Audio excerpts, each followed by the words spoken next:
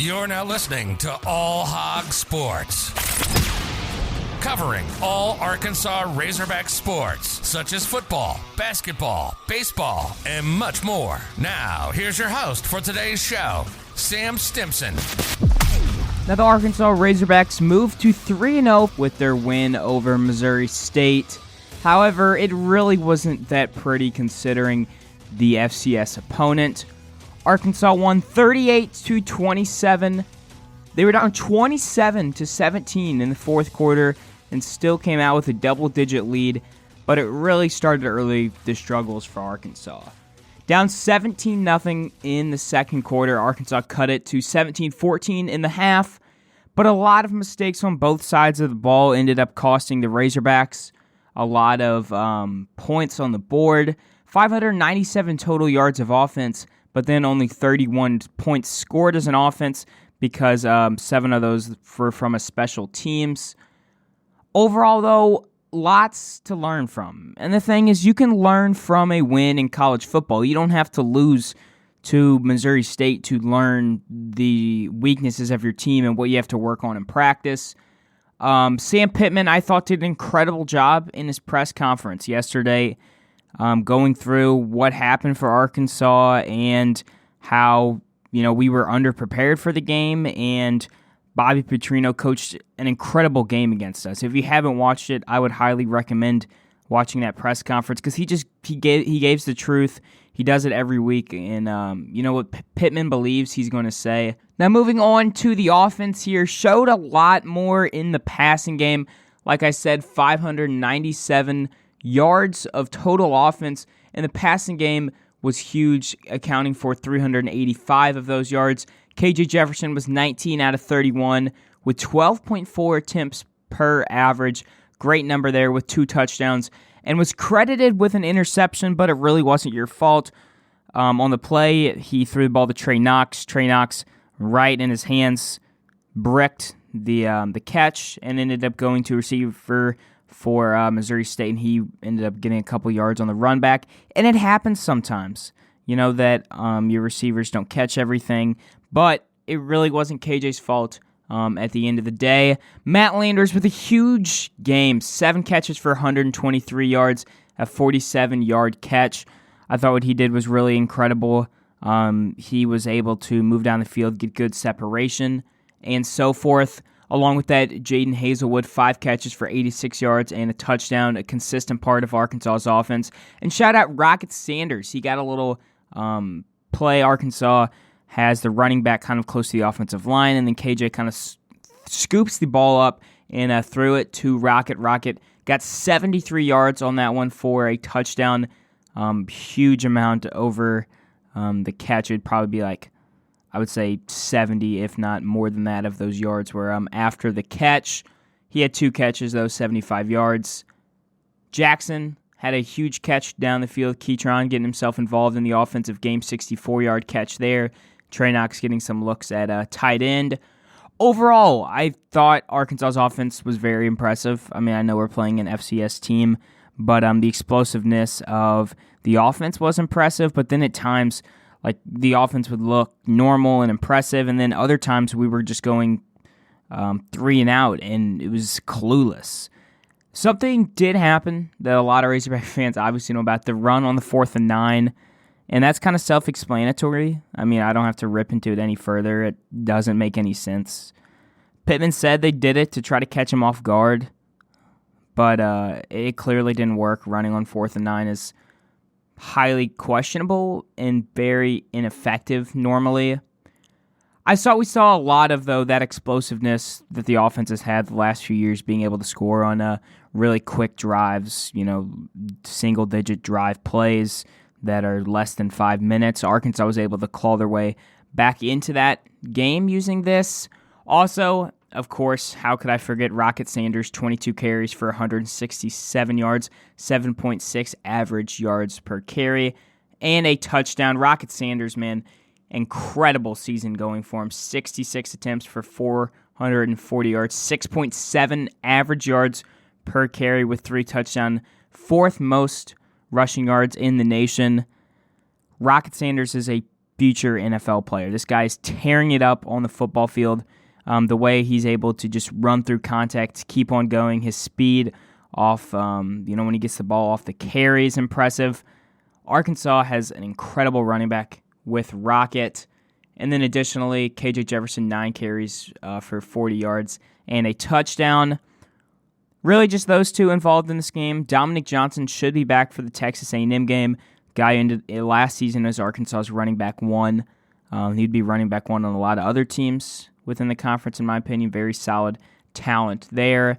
But overall, Arkansas offense, lots of times where it looked just flat out ineffective, 3 and outs. But then we saw that explosiveness. 597 total yards of offense is a plus. But the main thing that really got Arkansas is the interception, which kind of came from a dropped pass. And then Arkansas had some other dropped passes. But then the other one was a fumble on the goal line by, I believe, Rocket Sanders. KJ then had a fumble. And when he's getting tackled, you can argue there was a missed face mask. But regardless, 3 costly turnovers for Arkansas that could have easily been scoring plays. Made this game a lot closer than it should have been.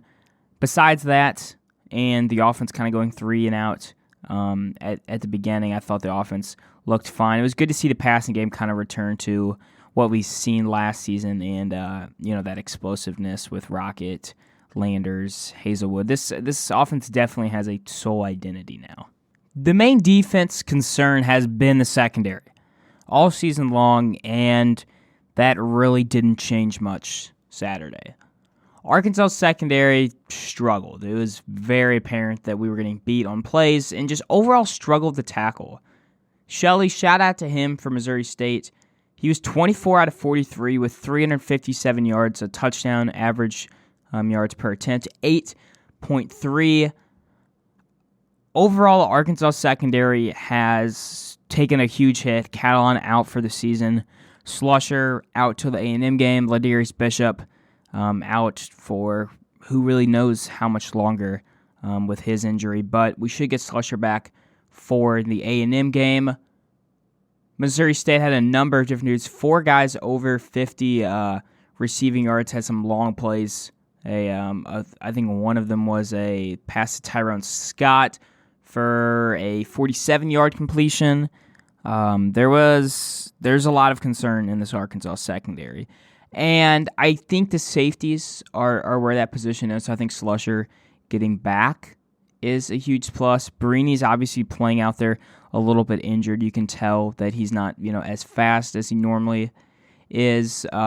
Blair, all of those guys. And that's just something Arkansas has to work on because with the safety depth and secondary depth that Arkansas has right now, that's just kind of where we are. And what does help the secondary a lot, though, has been the defensive line. It's not like a couple seasons ago where Arkansas's secondary struggled and the defensive line wasn't giving them any help. Arkansas's defensive line is cruising, leading the nation in sacks, 17 sacks. To put that in perspective, Arkansas had 24 sacks last season, and they already have 17, 8 against Missouri State. Drew Sanders with 2.5 sacks, man, he continues to get it done. Zach Williams with 2 sacks, Jared Dominic with 2 sacks, Jaden Johnson accredited for half a sack, Landon Jackson with the other sack. Drew Sanders also had a huge tackle, huge hit to save Arkansas on a 3rd down. Overall, though, as a team, especially early, Arkansas missed a lot of tackles. Missouri State was being very quick and was able to get us to bite on a lot of tackles and continue to move the ball down the field. Arkansas's linebacker core, though, of bumper pool Drew Sanders played fantastic. Sanders, 12 total tackles, 5 solo tackles, and 2.5 tackles for loss, both of those being a sack. And then a pass deflection, bumper pool, 9 total tackles, 2 solo tackles. In the secondary, Simeon Blair had 10 total tackles, 9 solo tackles. And when you see that number for a guy like a safety, a lot of solo tackles, that means that they were really running through, beating the corners, and it was kind of left up to the safeties. Overall, Arkansas secondary is going to have to improve. The defensive performance yesterday against Missouri State on Saturday Against most teams in the nations, that is not going to cut it, especially when we are going to be playing guys like Bryce Young, Jackson Dart, a number of different talented quarterbacks around the league. I think Arkansas's secondary concerns are still there. Defensive line just dominated, especially late into the game. You could see that throughout the game, Missouri State wanted it more. I mean, this was a team very well coached. Fundamentals are all there. They just wanted to win more than Arkansas did. And then late into the game, we saw Arkansas's pressure just absolutely crank up. Offense was effective, and then when Missouri State got the ball in defense, the defensive line was just shredding through the offensive line, getting sacks, and just basically doing what we should have done from the start of the game. Overall, secondary, yes, still those concerns, but the defensive line has given me a lot of hope, and I hope that the defensive line, running 3-4-man fronts can kind of counteract and give the secondary a little bit of a helping hand within the next few weeks. But I think getting Miles Slusher back against Texas A&M will be a huge add. I'll preview that game in 2 days on Wednesday, so stay tuned for that one. Special teams was a huge plus point, and we've gotten to the point that Arkansas has a lot of depth, and we've seen that on special teams. Bryce Stevens, 82-yard return to the house, crazy touchdown. I know Arkansas really should have never been in that position, but that's the loudest I think I've seen the stadium in probably since the Texas game when Stevens ran that touchdown back. The student section was going absolutely crazy. It easily hit 100-plus decibels inside of Donald W. Reynolds. Fantastic block up front by Samuel Mbaki. Just watch that play again, and you can see him make that final block. And then from there, Bryce Stevens able to use his speed. I've talked about Bryce Stevens a lot last season, closer to the end of the season once Burks opted out. I thought we'd see him a little more in the bowl game, but Stevens has done an incredible job as punt return. You'll see him in the wide receiver room within the next few years, but there's so much talent in there with Landers, Hazelwood, and all of those guys. Cam Little doing his thing, 1-for-1, 28-yard field goal, 5-for-5 on the extra points. Max Fletcher had 3 punts, one inside the 20, and a 47-yard punt. Special teams has gotten to the point for Arkansas.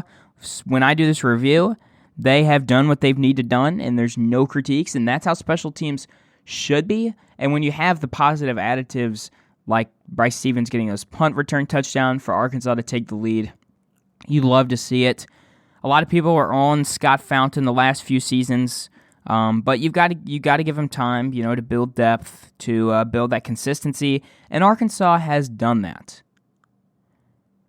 Overall, I'm not too concerned with the Razorbacks' performance in this game against Missouri State.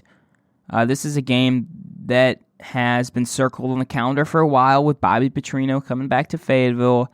In terms of X's and O's, he's a fantastic coach, and he's very bold. We saw it on the 4th and 1 with Missouri State, where they ran a long route to score a touchdown.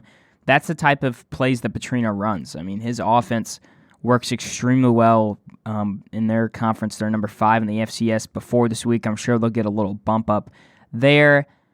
This is a game Missouri State came out, played very hard, fought hard, and Arkansas didn't match that. And when Arkansas finally started to show why they're number 10 in the nation, they were able to come back and score 21 points in the fourth quarter.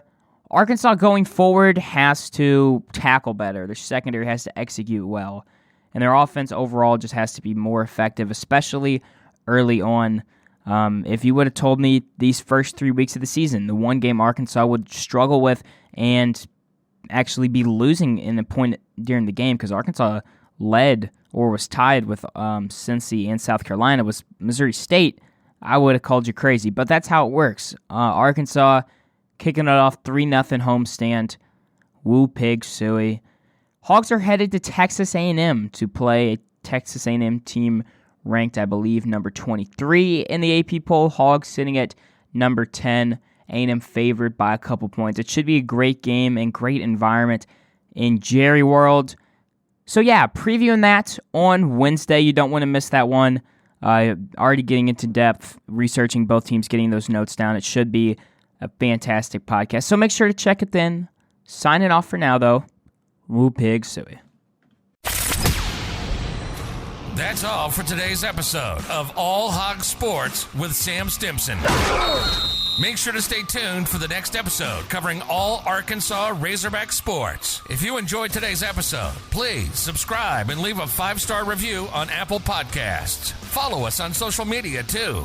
On Twitter and Instagram at All Hog Sports Pod. Like on Facebook at All Hog Sports and Arkansas Razorbacks Podcast. And on YouTube at that same name. Thanks for tuning in to today's episode. Go Hogs!